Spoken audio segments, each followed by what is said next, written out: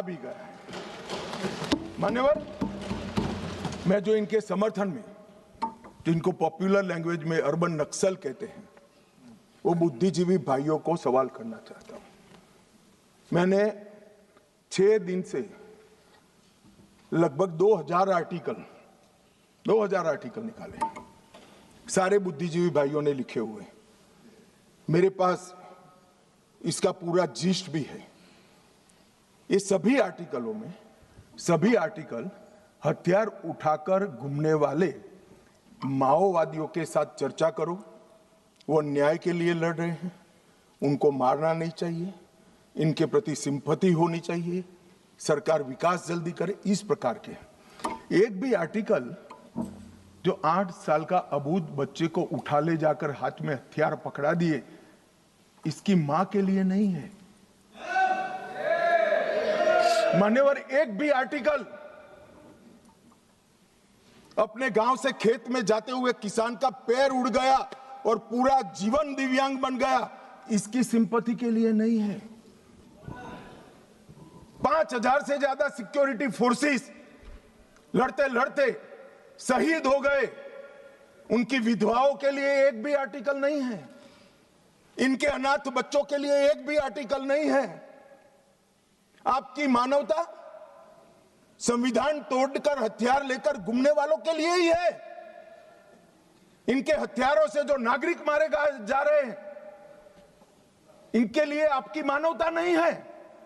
मानवता के दोहरे चरित्र को मैं स्वीकार नहीं करता। मान्यवर, ये मानवतावादी नहीं है, नक्सलियों के समर्थक है।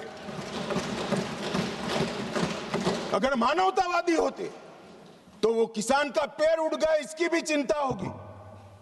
वो अबूझ बच्चे से इसका बचपन छीन लिया, इसकी भी चिंता होती। मान्यवर, वो हाथ में हथियार लेना नहीं चाहते, गरीबों के हाथ में हथियार दिलाकर अपनी विचारधारा को, अपनी आइडियोलॉजी को पनपाना चाहते हैं, मगर उनके भी दिन लग गए हैं। स्पष्टता से सुन लीजिए, ये पूरे देश में अब जागरूकता आई है। और क्या हुआ है, पूरा देश आज सुन रहा है, पूरा देश आज समझ रहा है।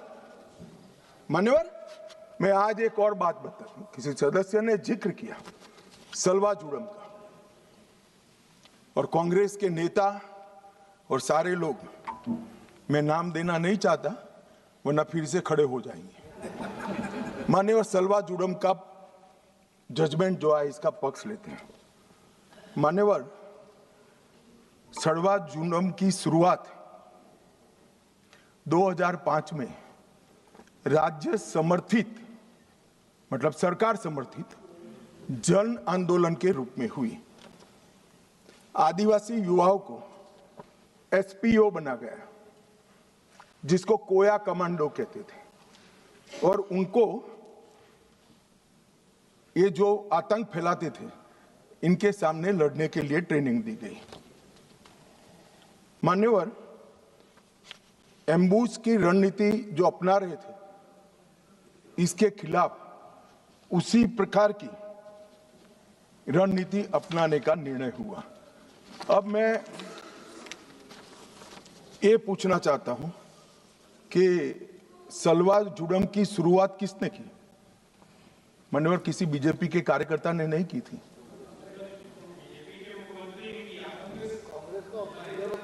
श्रीमान कर्मा ने किया था, जिनको नक्सलियों ने मौत के घाट उतार दिया, और वो कांग्रेस के नेता थे। मान्यवर, 5 जुलाई 2011 को सर्वोच्च अदालत ने नंदिनी सुंदर और अन्य लोगों ने एक विवाद दायर किया, और सुप्रीम कोर्ट ने जस्टिस सुदर्शन रेड्डी के नेतृत्व में तय किया कि नक्सलियों के खिलाफ राज्य की ये लड़ाई गैर कानूनी है, और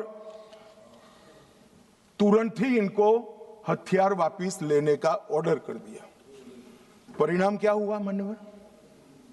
उनके हथियार वापस लिए गए, नक्सलियों के हाथ में हथियार थे, इन्होंने चुन चुन कर सलवा जुड़म में जुड़े हुए लोगों को मार दिया मान्यवर। और वही सुदर्शन रेड्डी विपक्ष का उपराष्ट्रपति पद के प्रत्याशी बने मान्यवर।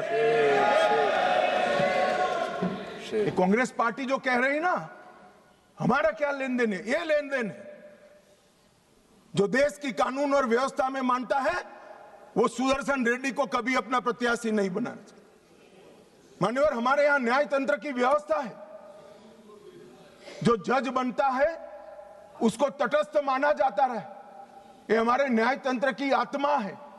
मगर कोई व्यक्ति जज बनकर अपनी व्यक्तिगत आइडियोलॉजी का उपयोग कर संवैधानिक कपड़े पहनाकर अपनी आइडियोलॉजी को ऑर्डर में कन्वर्ट कर हजारों बेगुनाह आदिवासियों की जान जाए ऐसा फैसला देता है तो मैं ये जजमेंट की घोर निंदा करता हूं। और मैं उन लोगों की भी निंदा करता हूं जिन्होंने उनको वोट दिए, प्रत्याशी बनाए। मान्यवर, आइडियोलॉजी जनता के भले के ऊपर नहीं हो सकती।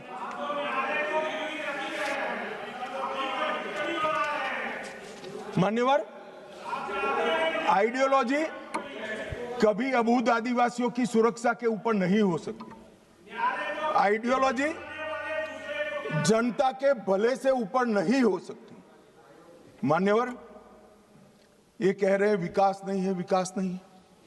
2014 के पहले का मैं बोलूंगा तो फिर से हो हल्ला करेंगे, मगर 14 के बाद का तो बोलने का मुझे अधिकार है मान्यवर।